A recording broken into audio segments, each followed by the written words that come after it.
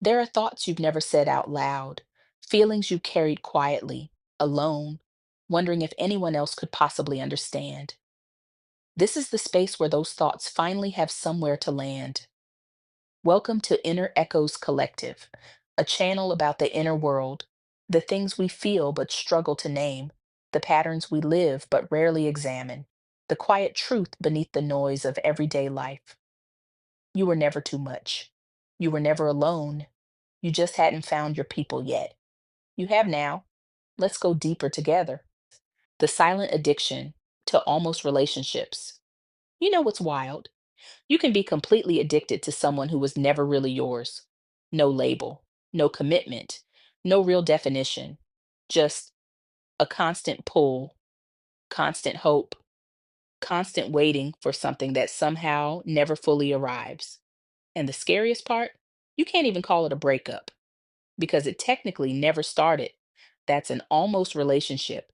And if you've had one, you know exactly how real the pain is.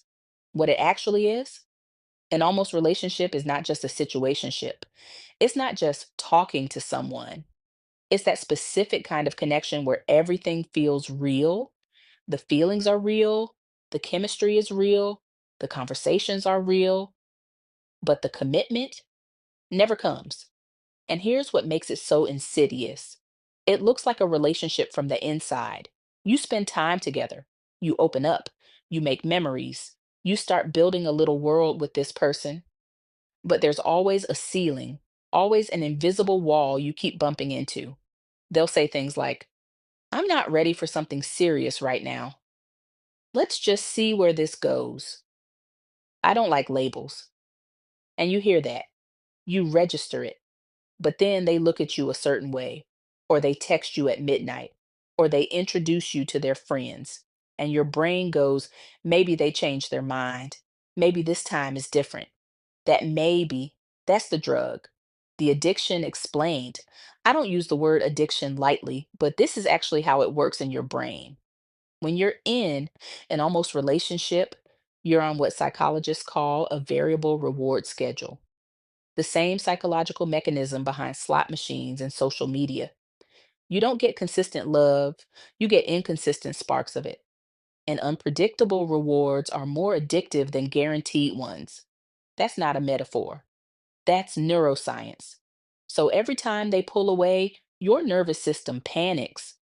Every time they come back, you feel a hit of relief so powerful it actually reinforces the whole cycle. You start to associate the anxiety with caring. You mistake the pull with passion. You think you're falling in love. You're actually just in withdrawal. And the worst part, you start to believe that this intensity, this roller coaster, is what love is supposed to feel like.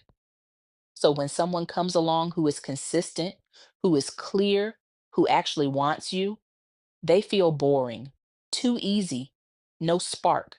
That right there is the damage almost relationships do. They rewire what love feels like to you, the cycles. Let me break down how the cycle actually runs. Because once you see it, you can't unsee it. It starts with the connection phase. Everything is electric. They're texting you constantly, making you feel special, seen, like no one has ever really gotten you the way they do. And that might even be true. The connection can be completely genuine. Then comes the pullback. Maybe they get distant, go cold, start leaving your messages on read for hours, cancel plans, and you feel this creeping anxiety like you did something wrong. So you start adjusting, shrinking yourself, being more available, less demanding, just trying to get back to that first feeling. And then they come back. And it's so good that you forget everything. You stop asking questions. You stop holding your boundaries. You just enjoy it. And quietly promise yourself you'll bring it up next time. There is no next time. The cycle just loops: hot and cold, close and distant, hope and disappointment. And every cycle, you get a little more patient, a little more understanding, a little more willing to accept less. You don't even notice when your standards become the floor of what you used to think was the bare minimum. Why you stay. So, why do smart, self aware, incredible people stay in these situations? Because it's not stupidity, it's hope. And hope is one of the most human things there is. You stay because you've already invested emotionally, mentally, sometimes physically. And leaving feels like admitting that all of that meant nothing. The sunk cost fallacy hits different when it's your heart on the line. You stay because you genuinely care about them. And you think, if I just love them better, if I'm just a little more patient, if I just give them more time, maybe they'll get there. But love is not a project, and you are not a renovation. You stay because you're scared, scared that no one else will feel this way, scared that this is as good as it gets, scared that leaving means being alone, and being alone feels like failure. So you stay in the almost because the almost feels safer than the nothing. And the almost will eat years of your life if you let it. The real cost. Here's what nobody talks about. While you're almost in this relationship, you are not available for a real one, not emotionally, not energetically. You are not showing up to your life the way you could be because a significant part of your mental bandwidth is occupied by someone who hasn't chosen you. You're spending Saturday nights checking your phone. You're turning down invitations because you want to be available in case they text. You're telling your friends, no, it's complicated, every time they ask. You're writing entire paragraphs in your notes app to figure out what you did wrong. That is your one life. Those are your irreplaceable days. And the person on the other side, they're going about their life. They like having you there when it suits them. They care about you, maybe genuinely, but they're not losing sleep over the fact that you're stuck. You deserve someone who is certain, not someone who needs to be convinced. Breaking the pattern. So, how do you get out? First, you have to name it. Stop calling it complicated. Stop calling it a situation.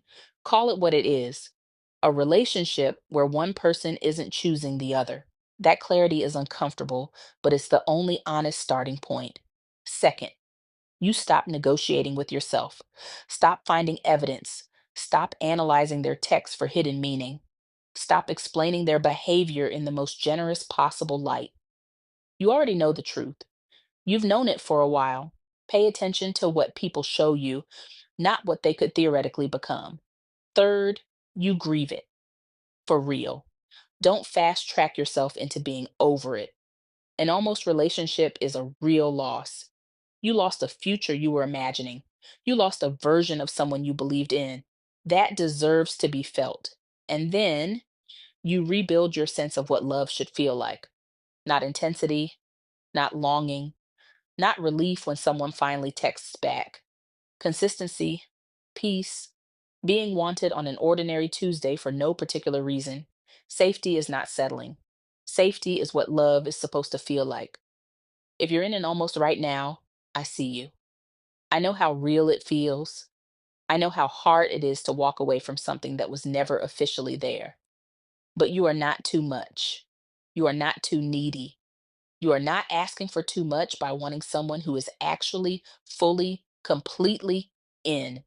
The right person will not make you feel like a burden for having needs. They will make you feel like a gift. You deserve a real relationship, not an almost one. Stop waiting for someone who isn't sure. Start making room for someone who is. Sometimes the hardest thing to let go of is the version of the relationship you created in your mind. Thank you for tuning in. Stay blessed. God bless you always. Inner Echoes Collective.